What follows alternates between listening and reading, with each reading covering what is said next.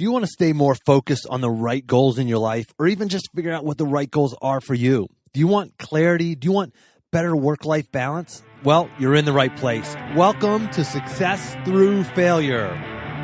Welcome to the Success Through Failure podcast, the show that reveals failure as your path to success.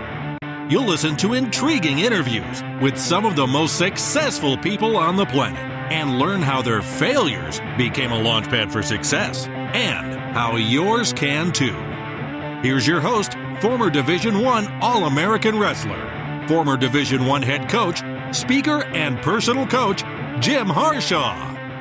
Welcome to another episode of Success Through Failure. Today, I bring you Dr. Isaiah Hankel. When I was a Division I All-American athlete, I was hyper-focused and I was able to take consistent action that allowed me to be one of the best in the country at what I did. Well, for years after I was done competing, I just struggled to stay focused on my goals day in and day out. I was easily distracted, so I wasn't able to stay consistent, the kind of consistency that you need to have to achieve goals that are meaningful to you. It was discouraging for me. I felt like I was just slipping kind of into mediocrity.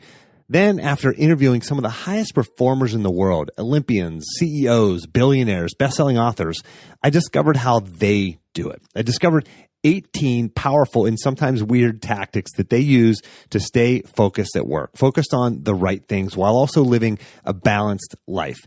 And if you start using probably just 3 of these today, you're going to get more done in the next 8 hours. I promise. This is not tomorrow, not next week. These will work today. I guarantee it. It's like magic, but they're real world solutions to it people like you and me want. The ability to stay focused, avoid distraction, and be consistent.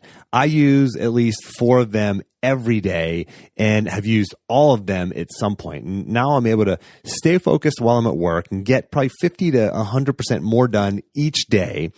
I'm more present when I'm home with my wife and 4 kids. And the result is I have a stronger relationship with my family. And I'm still able to achieve incredible goals like being selected to give a TEDx talk at one of the biggest TED events in the world, like launching a podcast and talking to A-list guests and running a half marathon, all of this while having a full-time job that includes frequent travel, working nights and weekends, and all that good stuff. So you're going to find solutions on this list that are going to surprise you. Grab your copy of the 18 Tactics to Staying Focused at Work. Just go to jimharshawjr.com/focus. That's jimharshawjr.com/focus. Longtime listeners will remember Isaiah from episode number 14, way back when it was called Wrestling with Greatness. So it's been through some evolution since then, but as have I, as has Isaiah. And for those of you who need an introduction or a reintroduction, Isaiah is an internationally recognized speaker and author who helps individuals, teams, and organizations develop a more entrepreneurial mindset to accelerate their personal and business success. Isaiah's unique background allows him to offer a scientific approach and tangible methodology to the pursuit of purpose, focus, and other entrepreneurial values. Isaiah has worked extensively as a Fortune 500 consultant and with some of the world's leading corporations. Long before getting his doctorate, though, Isaiah was a sheep farmer in rural Idaho who struggled in school, and he was diagnosed with ADD and ADHD. He survived college and barely made it into graduate school, where he was quickly put on academic probation and forced to work as a janitor and sleep in a friend's basement to make ends meet. But just a few years later, he formed 3 successful multinational businesses and published his first book, Black Hole Focus, and he's back today to talk about his latest book, The Science of Intelligent Achievement: How Smart People Focus, Create, and Grow Their Way to Success. As usual, if you don't have time to listen to the entire episode, or if you hear something you like, make sure you grab your free copy of the action plan. Just go to jimharshawjr.com/action. And by the way, you will also get access to the action plan from episode number 14, which is really awesome too, where Isaiah shared a lot of great stuff with us there. So Isaiah, welcome back to the show. Thanks, Jim. Great to be back. I appreciate it. So fill us in a little bit. What have you been up to? I guess it's been, like we were talking before we hit record here, it's probably been over 2 years. It had been about 115 or 117 episodes ago. So that's more than 2 years. So give us a little bit of the scoop. What have you been up to the last couple of years? Yeah, wow. I mean, the last time we talked, I was living in Germany and had just released the first book, or was about to release it. No, I had just released it, and then yeah, a lot's happened. The book was a lot of fun. The first book, and it went on to be a bestseller internationally, and hit a couple of best-selling lists, and that was a new experience. So, got to travel a lot and do a lot of speaking based on the book. And then I kind of took a little bit of time off to consolidate. I created created a couple of online courses, started another business in the tech field, and really just focused on growing those businesses. And then, I got hungry to start writing again. So I spent a lot of time this past year writing and really just kind of incorporating everything I learned during that process and put it into this book. A big thing during that time was personally too. I went through some real big changes. I think, and a lot of us go through this where we're chasing something that we think we want, and then we get there and we realize, okay, that is not what I want, and it kind of falls out in front of us, and then we have to go back to the drawing board and actually figure out what we really want. And that's kind of where the book title came from. Really going from that kind of fake success that a lot of us achieve to intelligent achievement, something that lasts a bit longer. All right. Well, let's just go deep right there. So, so you talk more a little bit about what you just said. You were on your journey and you kind of maybe sounds like you found what you were looking for, but you realized that wasn't maybe exactly what you wanted. So tell us more about that experience and how that turned into the book. Yeah. So I was working for some big companies. Had some great contracts. I was flying over the world. I had the first book. I saw myself as, I don't know, some sort of amalgamation of maybe like a Don Draper and a Tony Robbins. And just that was kind of like the ideal, this false ideal that I had in my head. And, I got to that point and I thought, this is success. I'm just living the dream. But then I had a health crisis that came up. And and for all of us, it's something. It's some sort of crisis, something in our life that triggers I guess these veils that we put in our life to kind of come down to these triggering events that expose reality, the reality that we're hiding from. And so when that happened to me, for some people it's a health crisis. For others, it might be a divorce or a relationship issue or losing a job. For me, it was a health crisis, and when that happened, I took a look around and I realized, a lot of the things I thought were success, they were just fake. They disappeared almost immediately. A lot of the so-called friendships that I had, for example, a lot of the what I thought was actual business success was not actual business success. I took a look at the kind of the balance sheet at that point, and I was like, wow, I'm actually only a couple of months from going out of business altogether. And most of my most important relationships I haven't spent any time on. I have all these other relationships that are just there because they're just following, they're just fake relationships that were there as long as I was doing well. And this kind of all faded away, and it made me take a hard look at what was really important in life. And it was not an easy process. It was a traumatic process, to be honest. But there's growth in trauma, I guess. There's opportunity in chaos, and the opportunity was really to figure out what lasting success, or as I call it in the book, intelligent achievement, looked like. And that's where the book came from. So what is intelligent achievement? Yeah, so it's really three parts, and this is everybody can define achievement for themselves in a certain way. The key is that intelligent achievement, it's something that's lasting. It's something that's aligned with your priorities and your identity, who you were meant to be. And the book breaks it down into three areas: selective focus, creative ownership, and pragmatic growth. Selective focus is the starting point. A lot of us, we are so, we're bombarded with so many different things, so many different distractions, other people telling us who we should be, and not even telling us. Sometimes we just look at what other people are chasing after and we chase after it. But these are pathways to fake success. Like if you don't guard your focus, if you don't guard your mental energy, that is the fastest and most surefire way to end up in the land of fake success. One thing I talk about in that first section is going on a relationship fast. We talk about food fasts all the time, right? I mean, we both have a background in fasting in terms of athletics. Right.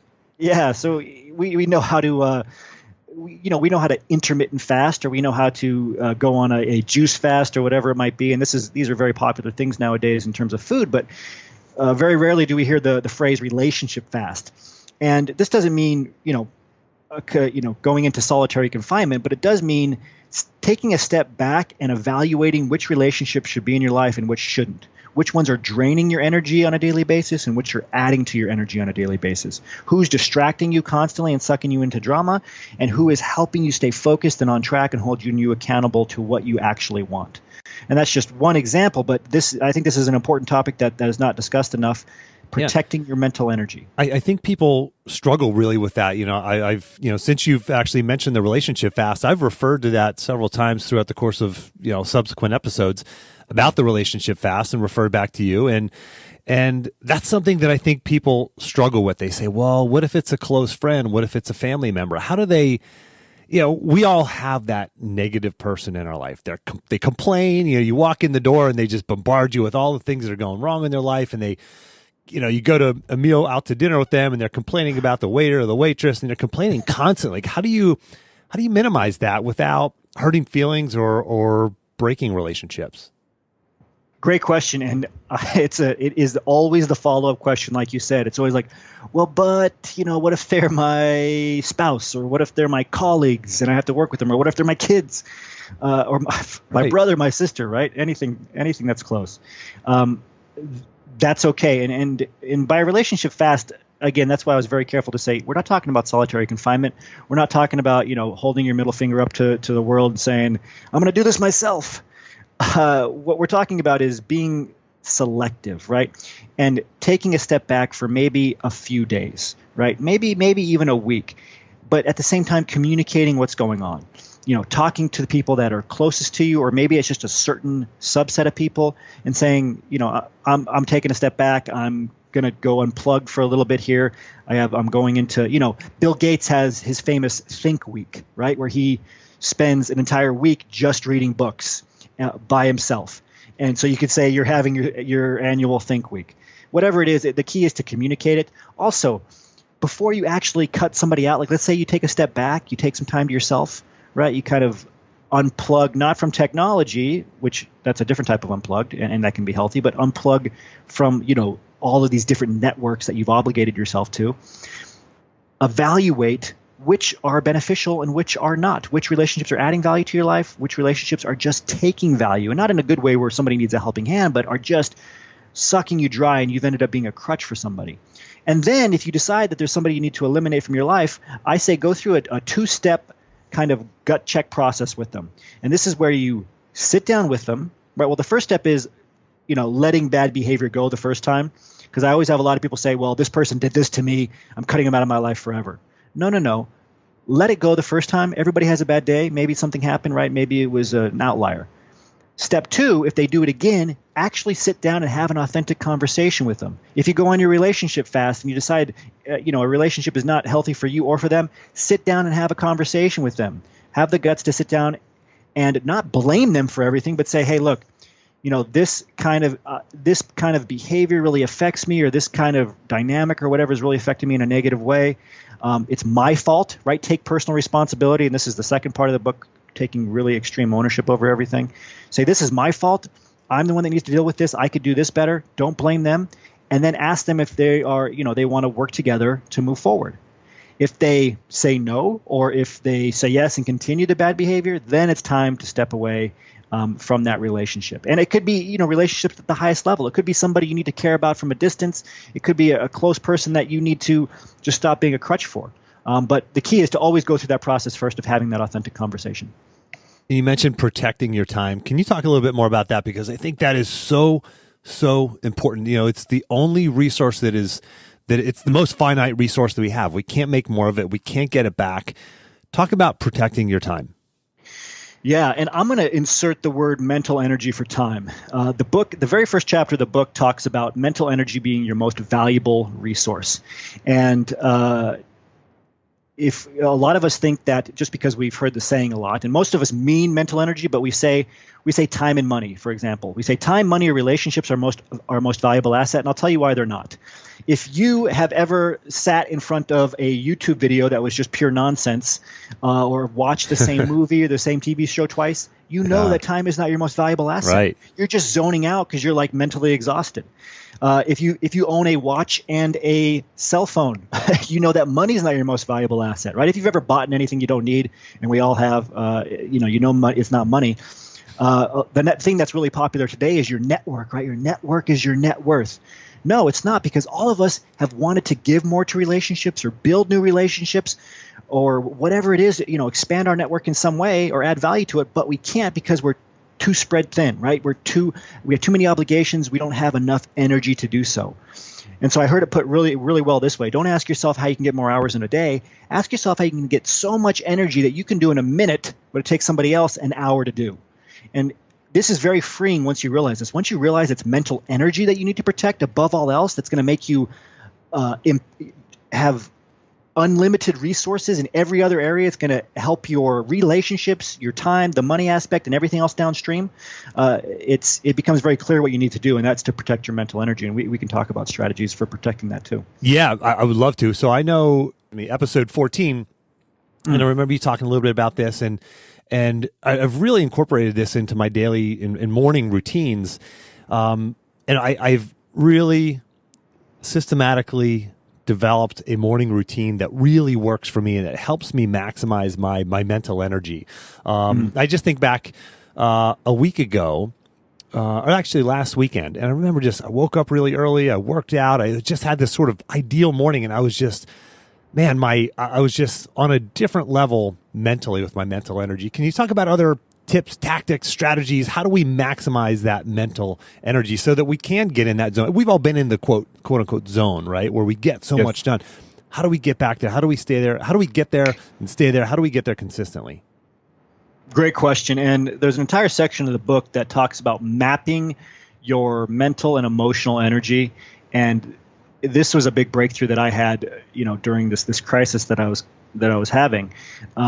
I realized, I'm giving most of my mental and emotional energy to other people. Like, I'm not protecting those prime hours of mental and emotional energy for myself and for my most important things, or for the people that are even most important to me. So I said, well, how can I do that? And so I started digging into the research, and I found some very interesting things. Number one, every human being only has 90 minutes to 120 minutes, so 2 hours the most, of peak mental energy. And we've all been in that zone that you're talking about during the day, right? Where it's like just 2 hours of peak mental energy. It's usually, the studies show that it's about 1 to 3 hours after you wake up, and you're just in the zone. Like, your mind is fresh. You're performing at a higher level. And that higher level has actually been defined too. You're 4 to 5 times more productive during that 90 to 120 minute period. Now, in terms of near peak mental energy, like a 7 out of 10 or 8 out of 10, you only have 3 to 5 hours of that. So not a lot, right? So this shows you how valuable this resource is. The question is, when are your hours of peak mental energy?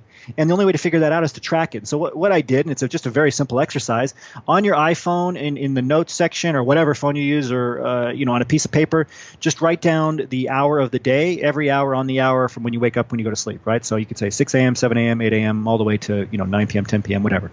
And then every hour on the hour, just set a little alarm on your watch or your phone that day, and when it goes off, just record on a scale of 1 to 10 what your mental energy levels are.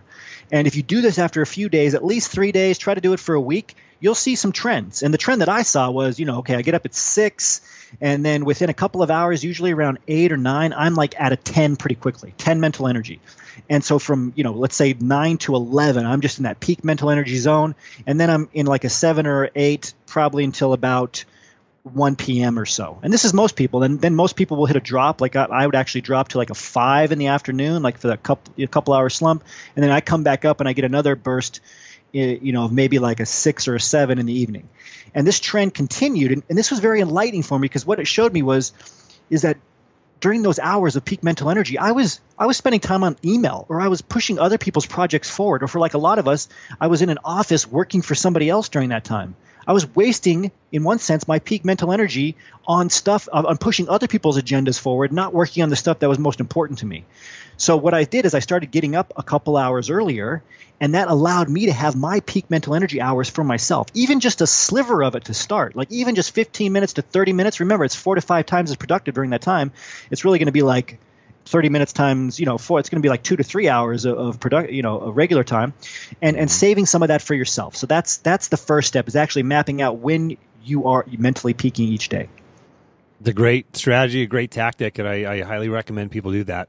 Jared, I interviewed Jared Kamar on the podcast just a few episodes back for the listener. If you're interested in that episode, check it out. I don't even know what number it is right now, but he's a longtime listener. I know, Isaiah, he listened to your episode the first time that we talked, and it was interesting that whenever I interviewed Jared, it was on a Saturday morning at 8 a.m., and he knows that his peak time is 4 hours after he wakes up. He feels like that's his peak time. He woke up at 4 a.m. that morning to get ready for our podcast interview, right? So This is somebody who's hungry and actually taking action and actually doing what you're recommending. And I think if people actually follow through on some of this stuff, that they'll find themselves just sort of finding more time in the day and getting more stuff done. And people will end up telling you things like you're wired differently than the rest of us, things like that. It's because you're willing to actually execute on stuff that most people will never. Most people will listen to this podcast and not take action, but the few that do will absolutely see results. So why? So you gave us your first part of your book is selective focus. The second part you said was what, creative. What was that? Ownership. Creative ownership. Okay, you talked a little bit about that. Anything else around creative ownership that we should know?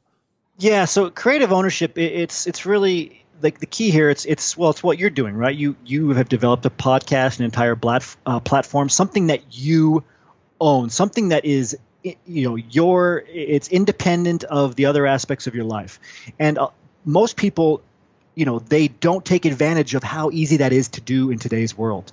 So creative ownership, the first part of it is really looking at how dependent you are on other things and people for your happiness and success. And most of us, if we're honest with ourselves, and this was the epiphany that I had when I was going through that crisis, was, wow, I'm dependent on like 1-2 people for my happiness and success.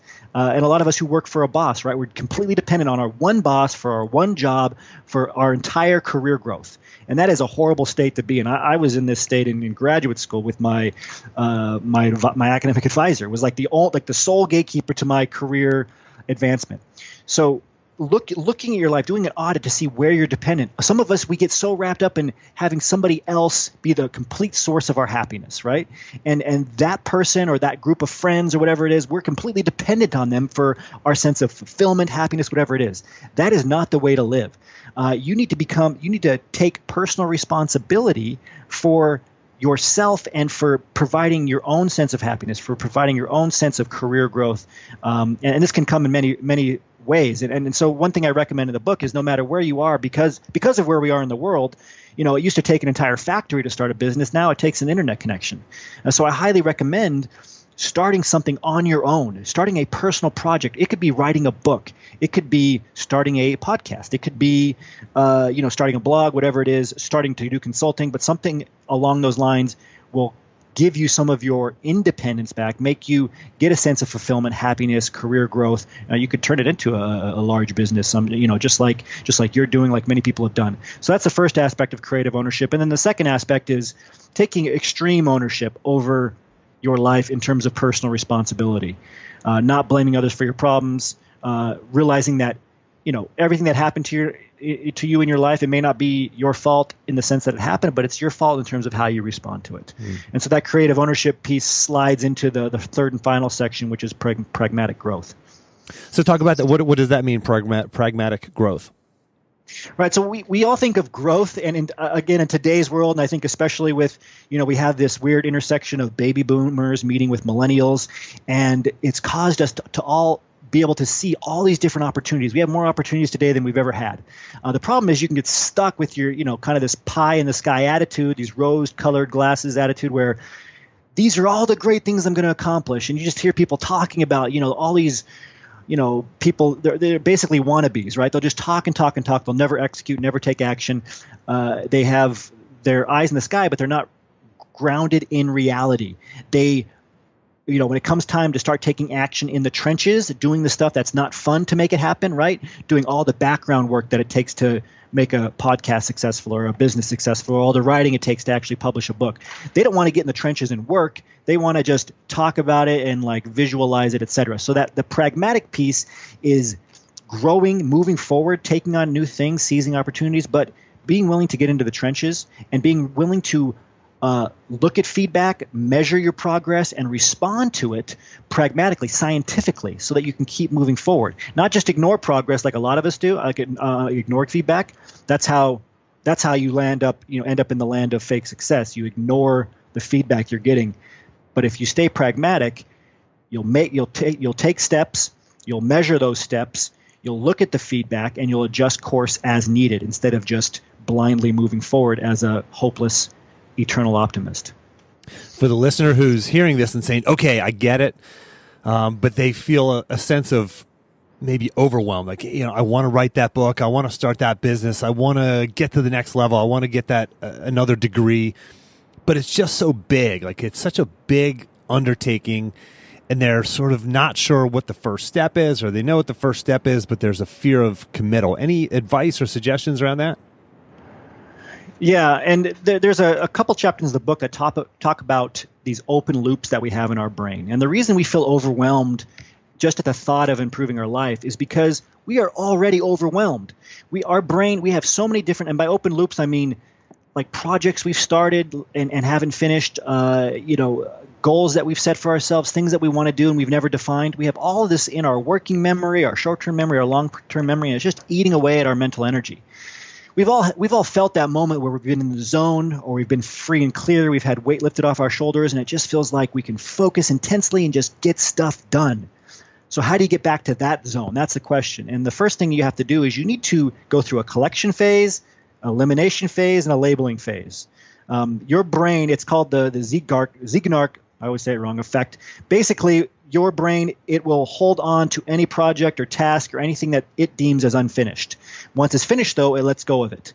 Right? There's a famous study done with a collection of waiters and waitresses where it had them, they all had these open tables that they were waiting on, and while the tables were open and they were still waiting on those tables, the researchers were able to ask them questions and give them tests about those tables, who was at their tables, what their names were, and the waiters and waitresses were able to answer all those questions. However, once the waiters and waitresses closed those tables and they left, and for any of you that have waited on tables like me, you know this, as soon as they left and you closed their table and you got the tip and they're out of the system, they left your mind forever. Like your mind actually just dumps that information, frees up all that mental energy.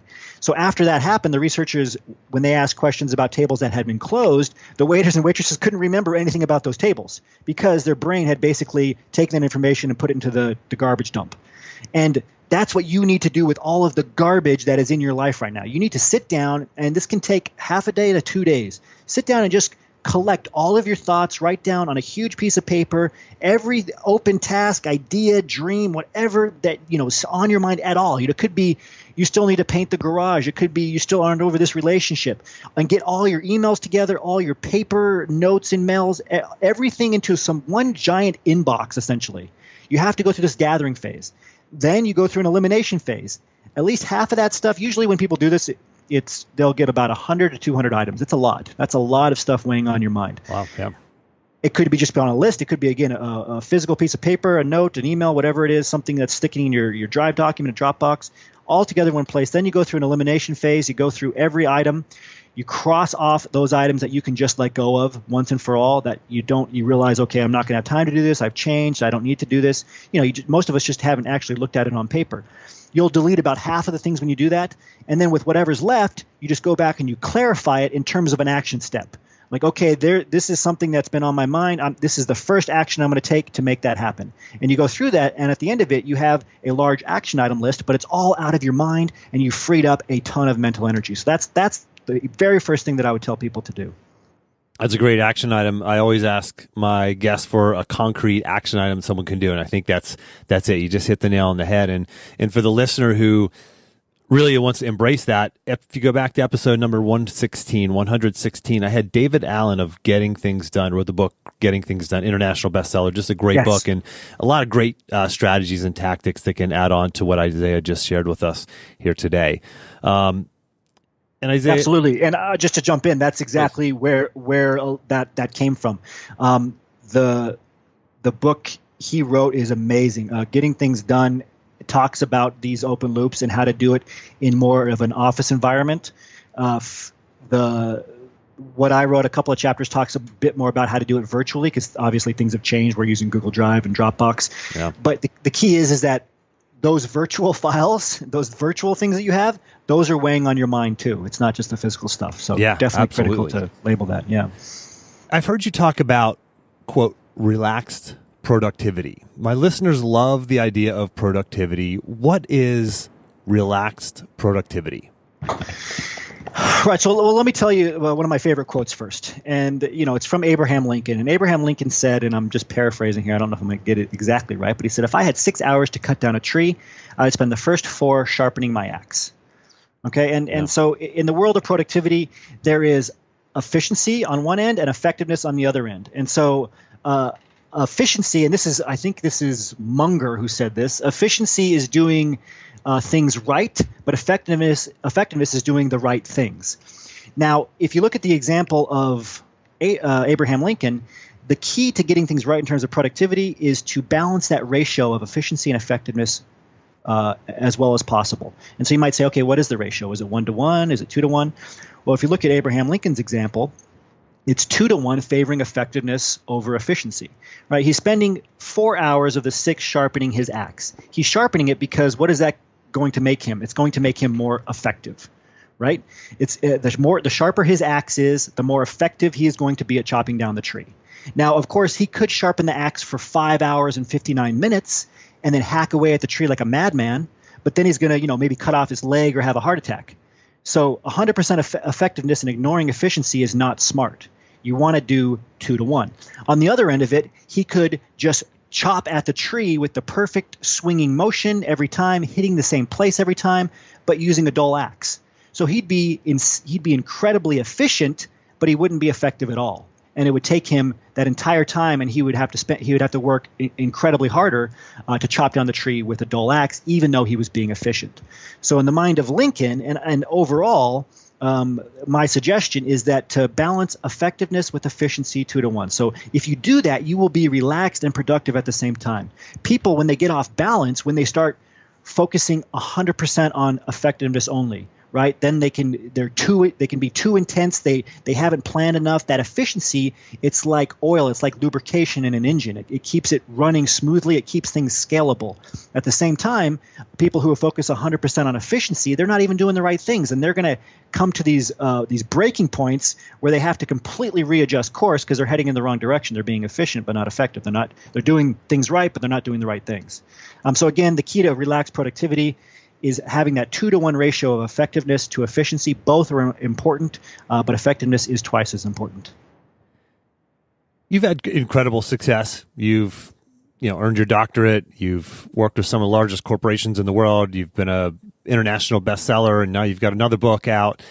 And you've created a lot of success. But what I like to do on this show is, and I don't think I used to do this whenever I started out with Wrestling with Greatness, but I would love to hear a story of failure. Can you tell us about a time when you failed and as a result you felt that hopelessness, that overwhelming self-doubt that comes with failure, and how you were able to overcome that? Because I think it sort of normalizes people like you for the listener. So, you created amazing success, but can you share a time when you actually experienced that failure that we all feel?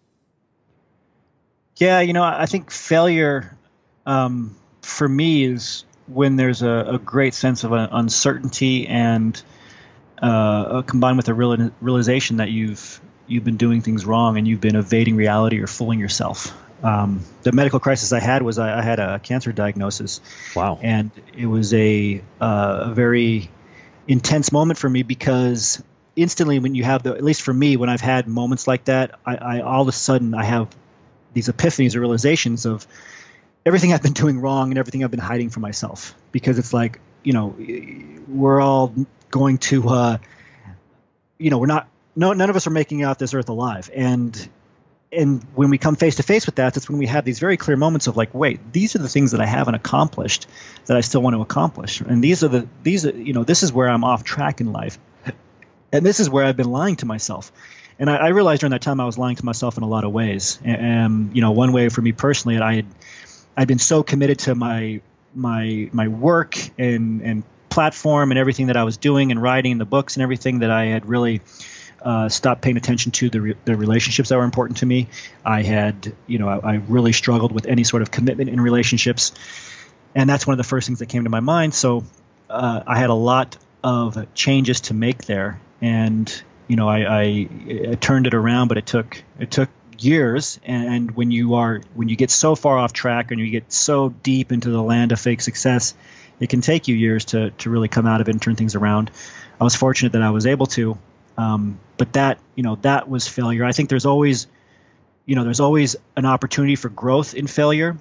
And I guess my advice would be when you face those moments of life of extreme uncertainty tied with extreme conviction that kind of conviction you feel where like, I've definitely been doing this wrong. Don't keep ignoring it. Don't wallow in it, but just remember that action solves all problems. And as long as you're willing to actually face reality, and this is where I talk about pragmatic action, and be willing to do the hard pragmatic actions necessary, you can turn things around. It's interesting for the listener. I want you to understand that he just said action solves all problems, and throughout this episode, some of the actions that we've talked about were things like hitting the pause button and actually writing down all these open loops that are in your life right now. That's the kind of action that really helps you solve problems. It's this sort of stepping back and Isaiah, I think I hadn't coined this term when you and I first spoke because we were just on episode 14. But after interviewing so many amazing people and asking this question about what kind of things that you do to help you be successful, I've learned that it's always some sort of pause, some version of hitting the pause button, getting off the treadmill of life and actually doing the work to get clear on what's the right next step for you. And I've defined it as a productive pause. And the definition is a short period of focused reflection around specific questions that leads to clarity of action and peace of mind. And that's really what we're all looking for. And that's really what you're talking about here, is getting that clarity of action and that peace of mind so you can move forward in your life.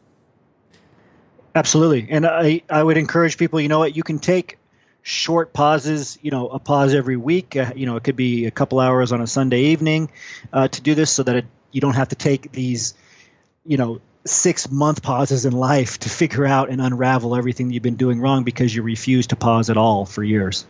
Yeah, well said.